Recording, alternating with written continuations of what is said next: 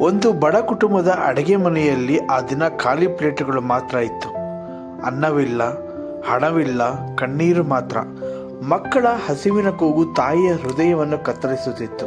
ಅವಳು ಕೈಗಳನ್ನು ಜೋಡಿಸಿ ಪ್ರಾರ್ಥಿಸಿದಳು, ಏಸುವೆ, ನೀನೇ ನಮ್ಮ ಪೋಷಕನು, ನನ್ನ ಮಕ್ಕಳಿಗೆ ಆಹಾರ ನೀಡು ಎಂದು. ಆದರೆ ಆ ಕ್ಷಣವೇ ಬಾಗಿಲು ತಟ್ಟಿದ ಶಬ್ದ.